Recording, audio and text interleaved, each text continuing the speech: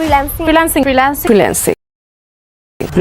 করে ধ্বংস হয়ে গেছে অনেক লোকজন। টাকা এখন পর্যন্ত আমাকে খারাপ কিছু করেনি। টাকা অনেক পাওয়ার পরে আমি গিয়ে নেশা $1000 আয়ের নেশায় পা পিছলে পড়ে যাচ্ছেন সেই গভীর কূপে, যেখান থেকে একা একা ওঠা কোনোভাবেই সম্ভব নয় যতক্ষণ না বাহির থেকে কেউ আপনাকে সাহায্য করছে। হ্যাঁ, আজকের ভিডিওর মাধ্যমে আপনাকে সেই সাহায্যই করতে যাচ্ছি। অর্থাৎ আগের ভিডিওতে আমরা দেখেছিলাম কিভাবে কিছু অসাধু প্রতিষ্ঠান স্বপ্ন বিক্রি করে লাখো তরুণকে প্রতারণার ফাঁদে ফেলছে। কিছু কমন প্রশ্ন থেকেই যায়। কেন বাংলাদেশ বৈশ্বিক ফ্রিল্যান্সিং র্যাঙ্কিংয়ে পিছিয়ে যাচ্ছে? কেন এত মানুষ ফ্রিল্যান্সিং শিখেও সফল হতে পারছে না? আর এসব প্রতারণাকে পেছনে ফেলে কিভাবে ভালো কিছু করবেন? আজকের এই ভিডিওতে এই সবগুলো প্রশ্নের উত্তর দেওয়ার চেষ্টা করব ইনশাল্লাহ। আর একটা প্রশ্নের উত্তর দেবো, সেটা হচ্ছে ফ্রিল্যান্সিং কি আদৌ টিকে থাকার মতো কোনো ক্যারিয়ার অপশন নাকি শুধুই ফাঁকা আওয়াজ? একটা ডাটা আবারও রিমাইন্ড করিয়ে দিচ্ছি। এপ্রিল 2024-এর এক প্রতিবেদনে উঠে এসেছে বেস্ট কান্ট্রিজ ফর হায়ারিং ফ্রিল্যান্সারে 30 দেশের তালিকায় বাংলাদেশের অবস্থান 29। অথচ কিছু বছর আগেও যেখানে বাংলাদেশ ছিল লিস্টের টপের দিকে, এখন কেন পিছিয়ে বলছি একটু পরে। বর্তমান পৃথিবীতে যে ফ্রিল্যান্সিংয়ের চাহিদা কমে গেছে বা যাচ্ছে এমনটা কিন্তু ভাবা যাবে না, শুধু কাজের ধরনে এসেছে পরিবর্তন। বর্তমান পৃথিবীর টেকনোলজির এই বিপ্লবে যেভাবে এআই আর অটোমেশন এসে আমাদের জীবনকে প্রভাবিত করেছে, তা একদিক থেকে অনেক জব খেয়ে ফেলছে ঠিকই, কিন্তু অপরদিকে আবার অনেক নতুন জবের জন্ম দিচ্ছে। কথাগুলো খুবই বেসিক মনে হচ্ছে, তাই না? তবে টুইস্টটা এখানেই। আজকের এই দিনে ডেটা এন্ট্রি বা বেসিক গ্রাফিক্স ডিজাইনের কাজের জন্য দক্ষ মানুষের চাহিদা নেই বললেই চলে। কেননা এআইকে একটা প্রম্পটে দিলেই lakh lakh complex data solving করতে পারে। বেসিক টু অ্যাডভান্স অনেক ডিজাইনের কাজ এখন এআই নিমেষেই করে দিচ্ছে। তাহলে কি এই সেক্টরে ধস নেমেছে? হ্যাঁ, বলতে পারেন, কারণ যারা বেসিক লেভেল থেকে মিড লেভেল পর্যন্ত সার্ফেস লেভেলের কাজ জানেন তাদের জব কিন্তু অলরেডি রিপ্লেস। যারা অ্যাডভান্স কাজ জানেন তাদের এখনই সুযোগ। কেননা এআই তো আর আপনি আউটকাম দিতে পারে না, তাকে ট্রেন করতে হয় কাস্টমাইজ রেজাল্ট পেতে। মেশিনকে তো তার মতো বুঝিয়ে বলতে হয়, আর এটাকেই বলে প্রম্পট রাইটিং। ধরুন আপনি একজন ভালো ডিজাইনার, এআই আপনাকে রিপ্লেস করতে পারবে না, বরং আপনার কাজ আরও অ্যাডভান্স করবে।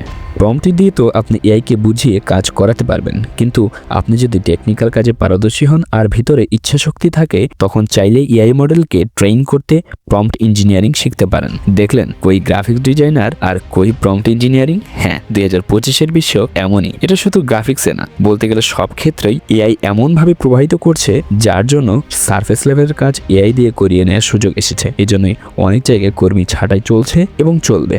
একটু চিন্তা করে দেখেন তো, বাংলাদেশে আসলে কতটা আপডেটেড স্কিল শিখতে মানুষকে মোটিভেট করা হচ্ছে। আসলে আমাদের দেশে তরুণদের পটেনশিয়ালিটি কিন্তু অনেক বেশি, আর সমস্যা হলো ক্রিয়েটিভ চিন্তা বা মেধাশক্তি থাকলেও তাদের ব্রেইনে সৃজনশীল চিন্তা করার জন্য ইনপুট দেওয়া হয় না। রিস্ক নেওয়ার জন্য তাদের কেউ সাহস দেয় না। আর আমাদের সমাজ এমনভাবে চলে যেখানে বিসিএস কিংবা যে কোনো সরকারি চাকরি মানেই জীবনের সফলতা হিসাবে ধরে নেওয়া হয়। যাই হোক, অনেক প্রতিষ্ঠান দেখা যাচ্ছে তারা আপডেটেড স্কিল সেট নিয়ে বাজারে এসেছে, প্রলোভনমূলক মার্কেটিং করে কোর্স বিক্রি করে ব্যবসাও করছে। খুব ভালো। আবারও বলছি, কোর্স বিক্রি করা, ব্যবসা করা কিংবা কাউকে শেখানো কোনোটাই খারাপ না। তবে কতটা প্রতিশ্রুতি রক্ষা করতে পারছেন আর কতটা ভ্যালু প্রোভাইড করছেন, এইটা ম্যাটার করে। আমি আমার আশেপাশে অনেককেই দেখেছি যারা নামকরা প্রতিষ্ঠান থেকে প্রতারণার শিকার হয়েছে। বিলিভ মি, আমি এগুলো দেখে একদমই অবাক হইনি। কারণ বাস্তবতা এটাই যে আপনাকে মুরগি বানানোর জন্য মামারা বসে আছে। সুন্দর সুন্দর কথা বলে কোটি টাকার স্বপ্ন দেখিয়ে আপনাকে তাবিজ ধরিয়ে তারা বড়লোক হচ্ছে। আর এসব প্রতিষ্ঠানে ভালোভাবে শেখানো হয় না বলেই কমপ্লেইন আসে। কেন আসবে না? কারণ যে ট্রেনার সে নিজেই তো অনেক সময় কোয়ালিফাইড না।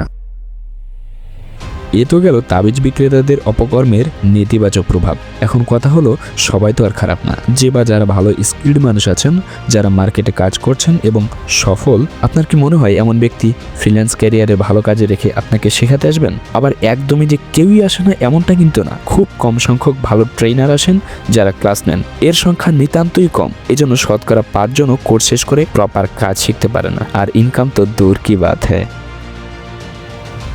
আসুন এবার কিছু কমন স্ক্যামের উদাহরণ দিই। আমি ভাবতাম ছেলেরাই মনে হয় স্ক্যাম করে। ভাইরে ভাই, সিনথিয়া আক্তার লিজা নামক এক মেয়ে পর্দাশীলভাবে মেয়েদের আলাদাভাবে ফ্রিল্যান্সিং শেখাবেন বলে টাকা হাতিয়ে নিয়েছেন। এখন হাসবো না কাঁদবো জানি না। এরকম সাদিয়া লিজা মিমদের থেকে দূরে থাকবেন। কারো কাছ থেকে শেখার আগে তার আমলনামা ঘেটে নেবেন, না হলে বিনিময়ে প্রতারিত হবেন আর হতাশা তো ফ্রি।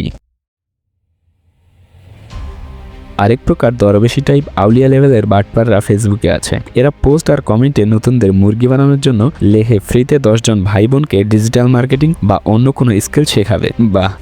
আরেক টাইপের প্রিমিয়াম বাটপার আছেন যারা আবার বলবে, আমি ফ্রিল্যান্সার, আমার টিমে লোক লাগবে 10 জন, আমি ফ্রিতে আপনাদের কাজ শিখিয়ে আমার টিমে নেব, তারপর আবার শেষে ইনশাআল্লাহ লিখবে। এখন হাসবো না কাঁদবো আপনারাই ডিসাইড করিয়ে দেন। সত্যি বাংলাদেশে জন্ম না হলে অনেক বিনোদনই মিস করতাম। সার্থক জন্ম আমার জন্মেছে এই দেশে। মাত্র যা বললাম সবই স্ক্যামের উদাহরণ। দয়া করে এগুলোতে পা দিয়ে ডিমোটিভেট হবেন না। ফ্রিল্যান্সারের টিমে মানুষ লাগলে সে যে কাজ পারে তাকেই হায়ার করবে, অযথা আপনাকে ফ্রিতে ট্রেন করার সময় তার নেই। যারা এগুলো করে এরা মেয়েদের বা সরলমনা ছেলেদেরও ট্রাফে ফেলে। যাই হোক, এখন আসেন ভিডিওর সবথেকে গুরুত্বপূর্ণ প্রশ্নে, আর তা হলো ভালো ট্রেনারের কাছে শিখেও কেন আমরা কিছু শিখতে পারি না বা কেন আমরা কোনো কাজ করতে পারি না। এই প্রশ্নের কিন্তু অনেকগুলোই উত্তর হয়, তবে আমি নির্দিষ্ট কিছু উত্তর দিচ্ছি। ভুল স্কিল নির্বাচন। আমরা কোন স্কিলে টাকা বেশি উপার্জন করা সম্ভব ওইটার খোঁজ করে শিখি, অথচ যে স্কিল আপনি শিখছেন এটা হবে আপনার ক্যারিয়ার, কিন্তু টাকা বেশি জেনে আসছেন এমন এক ফিল্ডে যেখানে আপনার কোনো ইন্টারেস্ট নেই। এজন্য স্কিল নির্বাচনে নিজের পছন্দ, মার্কেট ডিমান্ড, ফিউচার পসিবিলিটি অনেক কিছু কনসিডার করতে হয়। দ্বিতীয় বড় কারণ হলো আমরা প্রপারভাবে কাজ শিখে নিই এবং স্কিল আছে, কিন্তু পুর কমিউনিকেশন স্কিল, ভালো ইংরেজি না জানা, ক্লায়েন্ট হ্যান্ডেলিংয়ে দুর্বল, অর্থাৎ আদার্স স্কিলসের ডেভেলপ না। তার মানে অন্যকে সম্পূর্ণ ব্লেম দিয়েও লাভ নেই, কারণ নিজের ঘাটতি দেওয়ার প্রতিষ্ঠান বা ব্যক্তি পোষাতে পারবে না, তাই না? টেকনোলজির এ বিশ্ব এমনভাবে র্যাপিডলি পরিবর্তন হচ্ছে, 1 বছর পর কি ট্রেন্ড আসবে বা যাবে কেউই নিশ্চিতভাবে বলতে পারবে না। আশা করি উত্তর দেওয়া হয়ে গেছে কেন আমাদের ফ্রিল্যান্সাররা বর্তমানে পিছিয়ে। এখন সহজ ভাষায় একটা কথা বলি, এইসব ফাঁদ, বিজ্ঞাপন, প্রতারণাকে পাশ কাটিয়ে ফ্রিল্যান্সিংয়ে সত্যি ভালো করতে হলে আসলে কি করতে হবে? প্রথমেই একটা ভুল ভেঙে ফেলেন, শুধু একটা স্কিল শিখলেই কাহিনী শেষ না। স্কিল শেখার আগে আপনাকে জানতে হবে কেন এটা শিখছেন, এর পাশে কোন রেলেভেন্ট সাব স্কিল লাগবে, আপনার নিজের ইন্টারেস্টের সাথে মিলছে কিনা, আর ভবিষ্যৎ টেকনোলজি বদলালে এই স্কিলের উপর কেমন প্রভাব পড়বে। রোডম্যাপ না করে ঝাঁপ দিলে কি হবে? সময় যাবে, টাকা যাবে, আর মার্কেটে ঢুকতে ঢুকতে দেখবেন আপনি ব্যাকডেটেড ফাইলের মতো পড়ে আছেন। তখন আর হাত পা ছুড়েও লাভ নেই। আর ডিটেলে যাচ্ছি না, নিজের বিবেক বুদ্ধির একটু ডেভেলপমেন্ট করুন। ইন্টারনেটে সার্চ দিয়ে একটা বিষয় সঠিকভাবে রিসার্চ করতে শিখুন, এটাই প্রথম স্কিল। এখনই আসল প্রশ্ন, এত প্রতারণার ভিড়ে স্কিল ডেভেলপ করব কিভাবে? দেখুন, ইন্টারনেটে প্রায় সব কিছুই ফ্রি আছে। যে কোনো একটা স্কিলের বেসিক ফ্রি টিউটোরিয়াল দেখেই শিখে ফেলা যায়, কিন্তু ফ্রি দেখে পারফেকশন নো। তাহলে কি করতে হবে? তাহলে আমাদের প্রথম ধাপ হবে ফ্রি রিসোর্স দিয়ে বেসিক ক্লিয়ার করা, তারপর রিলেভেন্ট সাব স্কিলগুলোর একটা লিস্ট তৈরি করা, তারপর প্র্যাকটিস করে দেখুন আপনি এটা এনজয় করছেন কিনা, অর্থাৎ আপনার স্কিলটা এনজয় করছেন নাকি বোরিং ফিল হচ্ছে। আর তারপরে আসবে সবচেয়ে গুরুত্বপূর্ণ স্টেপ, তা হচ্ছে গুরু খুঁজে বের করা। আর এই গুরু খুঁজে বের করার সময় দেখবেন তার নিজস্ব কাজে প্রমাণিত রেজাল্ট আছে কিনা। তবে একটা কথা, গুরু নিলেন, পরে দেখলেন গুরুর নিজেরই কাজ নেই, এই ভুলটা করবেন না। অবশ্যই তার আমলনামা ফ্যাক্ট চেক করে নেবেন, সে আসলে কাজ পারে কিনা, প্রজেক্ট করেছে কিনা, রিয়েল অভিজ্ঞতা আছে কিনা, সব দেখে তবেই সিদ্ধান্ত। Then you are ready to go with the guru. শেষে কিছু কথা বলি, ফ্রিল্যান্সিং কোনো তাবিজ নয়, কোনো শর্টকাট নয়, আর কোনো গুরুমন্ত্রও নয়। স্কিল প্লাস রিসার্চ প্লাস সঠিক গাইডেন্স, এই তিনটার কম্বিনেশনই হলো আসল খেলা। যেদিনে আপনি নিজের ব্রেইন দিয়ে ভাবতে শিখবেন, নিজের ভবিষ্যৎ নিজের হাতে গড়তে শিখবেন, সেদিন আর কোনো প্রতারক, কোনো বিজ্ঞাপন, কোনো ভুয়া গুরু আপনাকে ঠকাতে পারবে না। মনে রাখবেন, আপনি স্কিল না শিখলে কেউ হারবে না, হারবেন শুধু আপনি একাই।